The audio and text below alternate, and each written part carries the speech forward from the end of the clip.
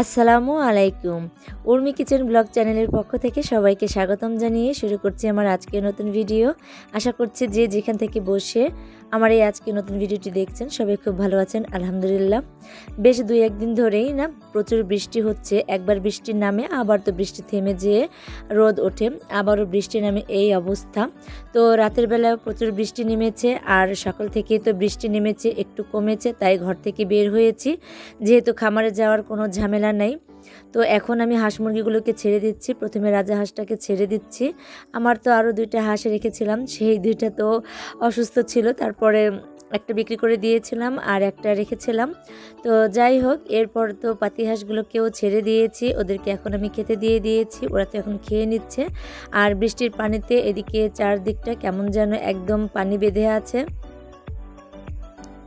এখন আমি মুরগির ঘরটাকে ছেড়ে দিচ্ছি।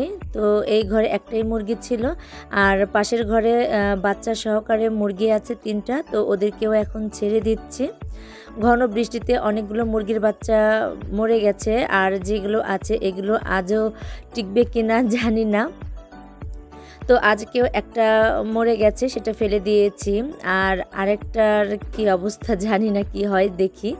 তো যাই হোক, আমি তো ওদেরকে খেতে দিয়ে তারপর এখন বিল্ডিংয়ের ভিতরে যাচ্ছি লাইটগুলো বন্ধ করে দেওয়ার জন্য।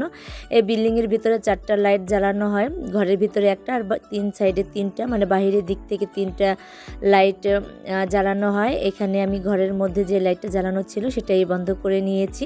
আর এখন এক এক করে প্রত্যেকটা রুমে রুমে যাব লাইট বন্ধ করে দেওয়ার জন্য বাহিরের। প্রতিদিনের মতো আমার সকল প্রিয় ভাইয়াদেরকে মনে করিয়ে দিচ্ছি এবং রিকোয়েস্ট করে নিচ্ছি, ভিডিওর শুরুতে যারা লাইক দিতে ভুলে গেছেন প্লিজ ছোট করে একটা লাইক দিয়ে দিবেন। আর আমার চ্যানেলটিকে যারা এখনও সাবস্ক্রাইব করেননি, আমার আজকের ভিডিওটির কোনো অংশ ভালো লেগে গেলে সাবস্ক্রাইব করে পাশে থাকার বেল আইকনের অল অপশনটি প্রেস করে আমার পাশেই থেকে যাবেন।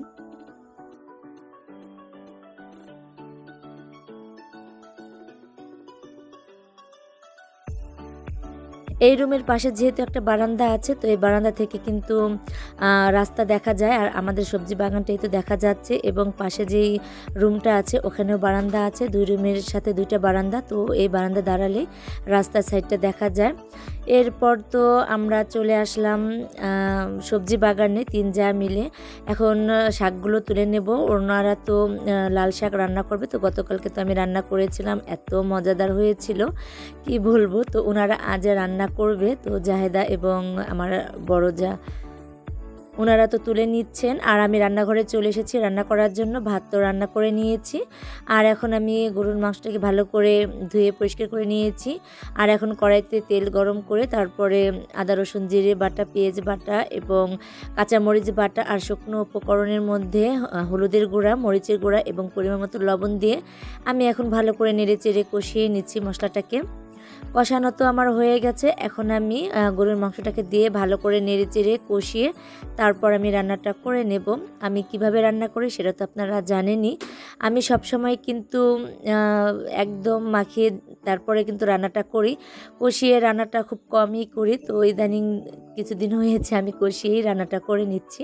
তো যাই হোক, আমি তো এখন কষিয়ে নিলাম। তো এখন আমি ঢাকনি দিয়ে ঢেকে তারপর আমি রান্নাটা করে নেব। আজ আর বেশি কিছু রান্না করব না, এক রকমের তরকারি রান্না করব।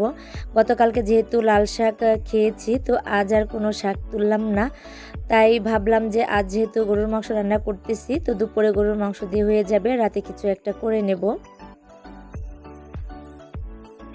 আমার বাইরে অনেক কাজ ছিল, কিন্তু বৃষ্টির কারণে সে বাইরে কাজগুলো করা হচ্ছে না। ভালো করে রোদ না উঠলে বাইরের কোনো কাজই করা হবে না মনে হচ্ছে, যেহেতু বারবার বৃষ্টি নামছে, যার কারণে বাইরে কাজগুলো করা হচ্ছে না। রান্নাবান্না শেষ করে দুপুরে খাওয়া দাওয়া করে বিকেলের কাজগুলো কমপ্লিট করে রাতে এখন শশীকে নিয়ে বই নিয়ে পড়তে বসালাম। আর এখানে আপনাদের কাছ থেকে বিদায় নিয়ে নিচ্ছি। সবাই ভালো থাকবেন, সুস্থ থাকবেন। আসসালামু আলাইকুম।